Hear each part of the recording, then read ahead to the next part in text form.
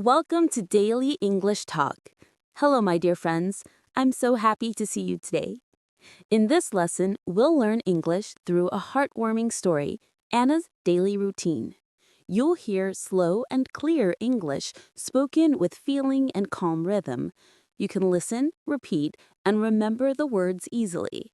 If you want to practice speaking, repeat after Anna. If you want to practice listening, just relax and enjoy the story. Now, take a deep breath. Are you ready? Let's listen to Anna's story. Hello, everyone. My name is Anna. I'm a housewife, and I live with my husband, Mark, and our two children, Emma and Jack. We live in a small but cozy house in a quiet neighborhood. Every day is full of little tasks, sometimes tiring, but always full of love. And today, I'd like to tell you about one simple, ordinary, but beautiful day in my life. I usually wake up at 6 o'clock in the morning. The house is still quiet. Everyone else is sleeping. The first few seconds after waking up always feel peaceful.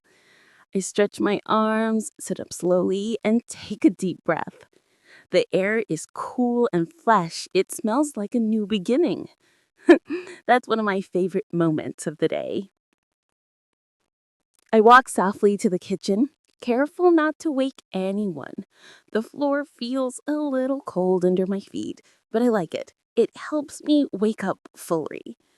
I open the curtains and let the sunlight come in. The morning light paints the room in soft colors, pink, blue, and golden yellow. It feels like the world is smiling at me. I make myself a cup of hot coffee. The smell fills the kitchen, warm, rich, and comforting. I hold the cup with both hands and feel the heat against my palms. It's my quiet little ritual before the day begins. Sometimes I sit by the window with my coffee and just watch the morning sky. Birds start singing softly outside. Their gentle songs make me feel peaceful, like everything is right in the world. I often think about what I need to do today. Breakfast, cleaning, shopping, maybe baking something for the kids. It's a lot, but I don't mind. After I finish my coffee, I start making breakfast. I fry some eggs, toast a few slices of bread, and cut fresh fruit, apples, bananas, and strawberries. Soon the smell of breakfast spreads through the house. Then I hear small footsteps. It's Emma, my daughter. She's always the first to wake up. "Good morning, Mommy," she says and hugs me tightly. I kiss her on the head and whisper, "Good morning, sweetheart." A few minutes later, Jack comes in, still half asleep. He rubs his eyes and yawns, but when he sees the food, his face brightens. Then Mark enters the kitchen, already dressed for work, smiling at us all. He says, "Good morning, everyone," and picks up the newspaper while I finish the toast. We all sit together for breakfast. The table smells of warm bread, coffee, and fruit. We talk, laugh, and share small stories. Amber tells us about a dream she had, something about flying cats. And Jack giggles. These moments, simple and ordinary, fill my heart with love. At 8 o'clock, the morning rush begins. Emma and Chug put on their school uniforms. I check their lunch boxes, sandwiches, fruit, and juice. Mark kisses me goodbye and leaves for work. Then I walk with the children to the bus stop. The air's cool, the sun gentle. "Bye, Mom," they shout from the bus window. I wave until the bus disappears. Then the street becomes quiet. And just like that, my day begins. Late morning. When I return home, I see the breakfast dishes still on the table. The kitchen looks like a battlefield. Crumbs, cups, and plates everywhere. That I don't mind. It's the sign of a happy morning. I start cleaning up. I wash the dishes one by one, feeling the warm water on my hands. I wipe the table, clean the counters, sweep the floor. Little by little, the kitchen becomes tidy again. There's something calming about cleaning, the rhythm, the sound, the order returning. After that, I water my plants. Some are small and green, others bloom with bright flowers. I love watching them grow. They make the house look alive. When I water them, I talk them softly. It sounds funny, but I believe plants like gentle words. Around 9:30, I go to the bedroom to make the beds. I open the windows to let the fresh air in. The curtains dance lightly in the wind, and sunlight spreads across the room. I pause for a moment, enjoying that golden light. Then it's time for laundry. I put the clothes in the washing machine and press the start button. The soft hum begins. While waiting, I like to play some quiet music. Sometimes I even sing along softly. No one can hear me, so I can sing as much as I want. When the laundry is done, I take the clothes outside and hang them in the sun. The sky is bright blue and the gentle wind makes the clothes dance. The smell of clean fabric and sunshine is one of the best smells in the world. I stand there for a minute, feeling the warmth of the sun on my face. It's a small, perfect moment. After finishing the chores, I check the fridge. We're running low on vegetables and milk. So I take out my notebook and make a shopping list. Let's see, bread, eggs, apples, lettuce, carrots, and maybe some cookies for the kids. It's almost noon, so I prepare a simple lunch for myself. Today I make a bowl of vegetable soup and a cheese sandwich. The soup is warm and full of flavor.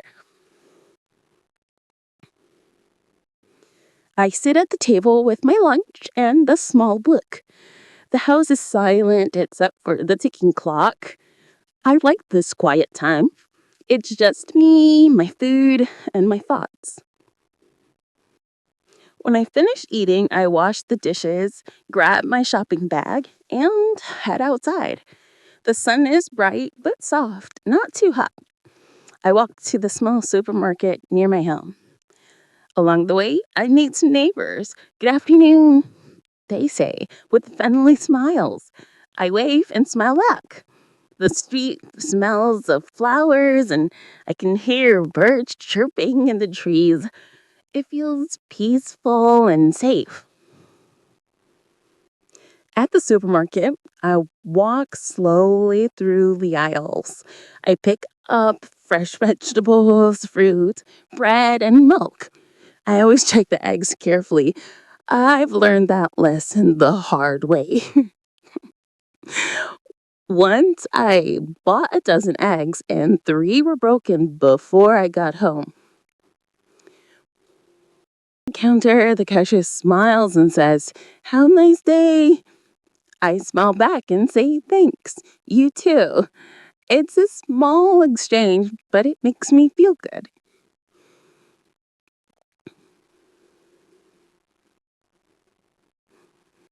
When I return home, I put everything away: vegetables in the fridge, bread in the basket, and milk on the shelf. Then I sit down for a moment. The afternoon light shines gently through the window. It's warm, golden, and calm. Sometimes I just sit there and listen to the quiet hum of the refrigerator and the sound of the wind outside. It feels peaceful, like the world is taking a soft breath. Afternoon. Around 3 o'clock, it's time to prepare dinner. I take out some chicken, rice, and vegetables. I wash the vegetables carefully and chop them into small pieces for a salad. Then I season the chicken with salt, garlic, and herbs. The smell of garlic fills the kitchen. It's delicious. While the food is cooking, I tidy up the living room. I put the cushions back in place, dust the shelves, and sweep the floor. By the time I finish, everything looks neat and fresh. At 4 o'clock, I hear the sound of the school bus outside. That means Emma and Jack are home. I open the door and they run in with bright faces. "Mom, guess what?" Emma shouts, waving her drawing from art class. It's a colorful picture of our family in front of our house. Jack tells me proudly that he scored a goal in football today. Their excitement fills the house like sunshine. I give them some fruit and biscuits for a snack. They eat happily, talking about their day. I listen and smile. It's one of the moments I treasure the most. After their snack, they go to their rooms to change and do homework. The house becomes quiet again for a little while. I check the dinner. Everything smells wonderful. Sometimes I play soft music while I cook. It makes the kitchen feel even warmer. At 6 o'clock, Mark comes home from work. The children run to him and hug him tightly. He laughs and says, "I missed you all." The house suddenly feels full and alive again. We all sit down at the table together. The food is ready and everyone is hungry. Evening. The table is full. Rice, chicken, salad, and soup. We eat, talk, and laugh. Emma tells another funny story. Jack tries to make everyone laugh with his silly jokes, and Mark smiles proudly at all of us. Sometimes it gets so noisy, but I love that kind of noise. It's the sound of family. After dinner, I wash the dishes again. Mark helps me dry them. We talk quietly about our plans for the weekend, maybe a picnic or a visit to Grandma's house. These small talks make our relationship stronger every day. When the kitchen is clean, we move to the living room. Sometimes we watch a family show. Other times, Emma and Jack play board games while I fold laundry or read a few pages of my book. The room feels cozy, filled with soft laughter and the ticking clock. At 8:30, it's bedtime for the kids. They brush their teeth and change into pajamas. Then we gather on their bed for story time. Emma loves fairy tales, magical stories about princesses and brave heroes.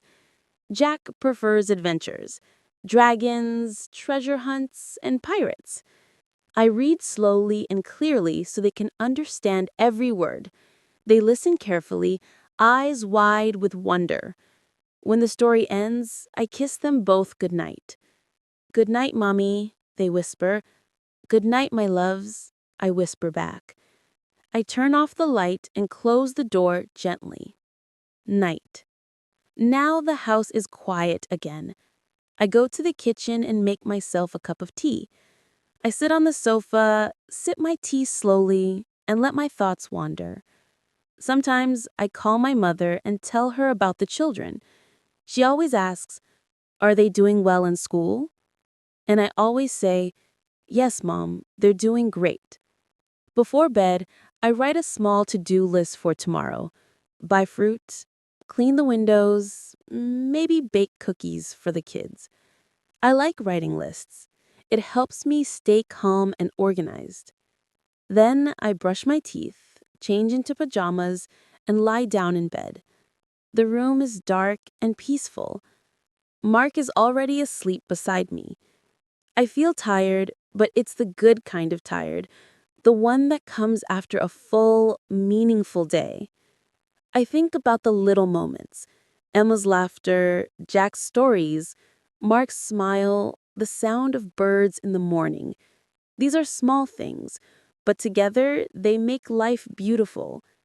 I close my eyes and whisper to myself, "Today was a good day."